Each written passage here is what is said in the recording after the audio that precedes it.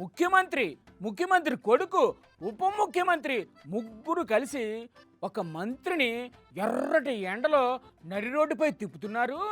ఏమిటి అన్యాయం అని ఆవేదన వ్యక్తం చేస్తున్నారు కామ్రేడ్ రామకృష్ణ గారు.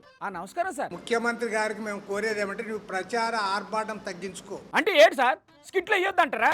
అలా ఎలా కుదురుతుంది సార్? చేసే తక్కువ, ప్రచారం ఎక్కువ. అది సరే కానీ సార్, అందరినీ పొదుపు పాటించమని చెప్పి వాళ్ళు మాత్రం స్పెషల్ ఫ్లైట్లో తిరుగుతున్నారు చూసారా? వాళ్ళు ఎక్కే ఫ్లైట్లకి ఏమన్నా దానికి ఆయిల్ అవసరం లేదేమో నాకు తెలియదు. ఆయిల్ అవసరం లేకుండా ఎలా ఎగురుతాయి సార్ ఫ్లైట్లు? గాలితో ఏమన్నా నడుస్తున్నాయేమో. ఇంతకు ముందు ఎలా ఉండే సార్? ఇంతకుముందు పాపం చంద్రబాబు నాయుడు ఒక్కడే ముఖ్యమంత్రి ఉండేవాడు, ఆయన ఒక్కడే విమానాల్లో తిరిగేవాడు.